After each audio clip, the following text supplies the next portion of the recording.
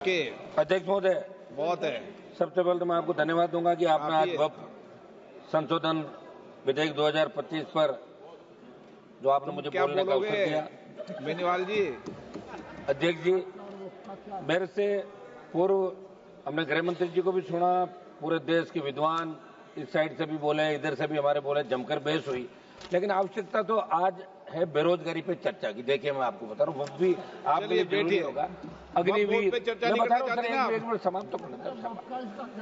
हमारे तो गृह मंत्री जी बैठते हैं, आप बैठते हो तो हम तो आधी बात तो बोल ही नहीं पाते साहब। आप बोलो कि छोटी पार्टियों को जाओ बाहर चले जाते हैं। कम से कम 5 मिनट आज समय दें, सुबह से बैठे, कोरम हम ही पूरा करते हैं। ये सारे सिंगल पार्टी के लोग। अध्यक्ष जी, मेरा निवेदन था कि सारी चर्चा हुई और निश्चित रूप से मुसलमानों के अंदर एक मैसेज है देश के अंदर कि वक्फ का जो बिल आ रहा है वो मुसलमानों के खिलाफ है। मैं आपको याद दिलाऊं अध्यक्ष महोदय कि मुस्लिम क्रांतिकारियों ने भी आजादी के आंदोलन का अपना योगदान दिया, जिसमें मौलाना अब्दुल कलाम आजाद, अशफाक उल्लाह खान, मौलाना मोहम्मद अली जोर और मौलाना हसरत मोहनी जैसे नाम शामिल है।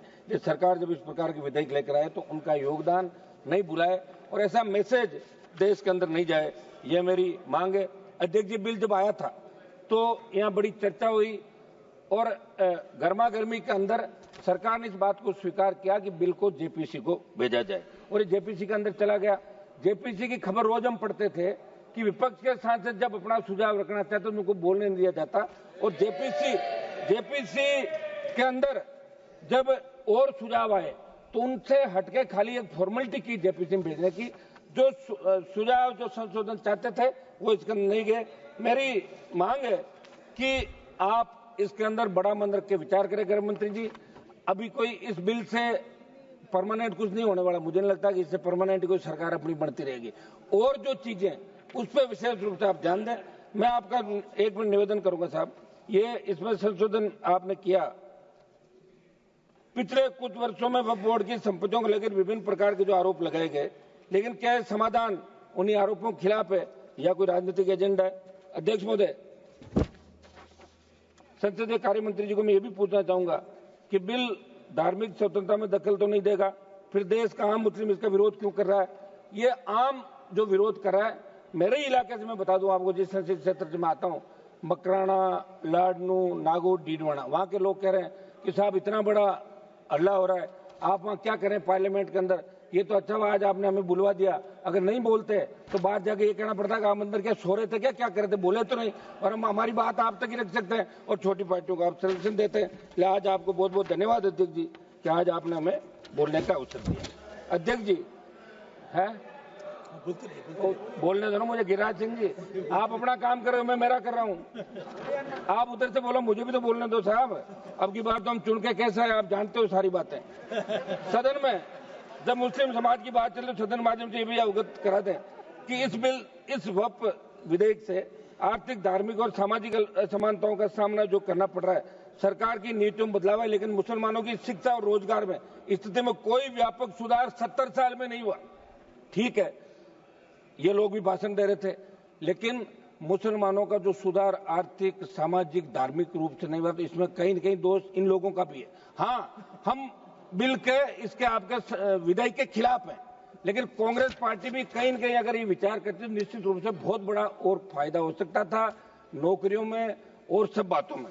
अध्यक्ष महोदय, हमारी जो वक्फ की संपत्तियां, सुनिए एक बार, सुनो साहब, वक्फ की संपत्तियां हैं। अब हम तो खुद बोल रहे, सुनो मेरी बात, आप लोग हमारे छोटे दलों का ध्यान रखते हो क्या कि भाई मैं बोला, खुद बोल के ताली बजा के चले जाए तो बैठ रहते हैं पीछे सारे सिंगल मेंबर पार्टी, हमारे दम पे लड़ते हैं, दम पे ही बोल रहे हैं सारा।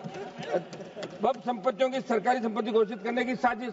अध्यक्ष जी, मैं ये पूछना चाहता हूँ कि ये जो बिल है, इससे कहीं ये तो नहीं कि सारी जो वक्फ की संपत्तियां हैं इसमें आप अपने नॉमिनेट करके और कलेक्टर को पावर देकर सरकारी संपत्तियां तो घोषित नहीं करें?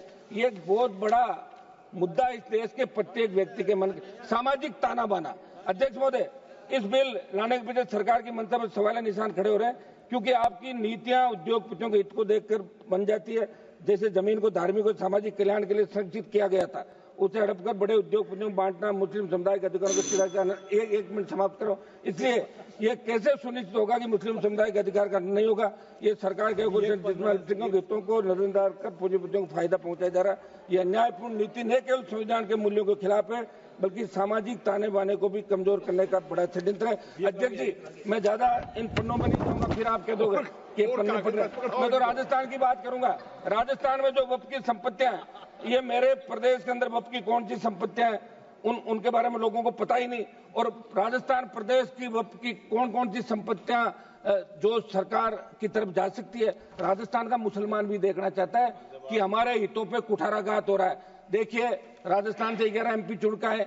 बड़ा मुझे वो कहते हुए वो आ रही है कि 11 में से कांग्रेस पार्टी कम से कम एक को तो बोलने का मौका देती है। आप उधर से, मैं ही बोल रहा हूँ, ये भी मेरे ही खाते में सारा। मैं ही लड़ाई लड़ रहा हूँ यहाँ पे, मुसलमानों की भी लड़ रहा हूँ, मेरे समाज की लड़ रहा हूँ, अग्निवीर की लड़ रहा हूँ, किसान की लड़ रहा हूँ, बेरोजगार की लड़ रहा हूँ, बढ़ती महंगाई की, भ्रष्टाचार की और बढ़ते अपराधों की सारी लड़ाई मुझे लड़नी पड़ रही है। इस बिल का अध्यक्ष महोदय मैं विरोध करता हूँ और मैं चाहता हूँ कि बिल ये